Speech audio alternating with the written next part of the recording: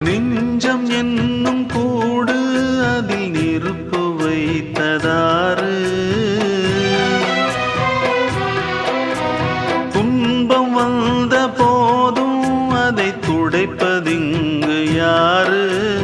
கலங்கும் போது சேரு, அது தெளியும் போது நீரு. கடவுள் போட்ட கோடு அதை திருத்த போவதாறு? வெந்த புண்ணும் ஆறிடுமா? வேதனை தான் தீர்ந்திடுமா? விண்ணுக்கும் மண்ணுக்கும் சம்பந்தம் உண்டுன்னு சொன்னது யாரு?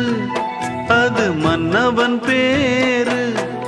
அந்த வானத்தை போல மனம் படைச்ச மன்னவனே, பனி துளிய போல குணம் படைச்ச தென்னவனே.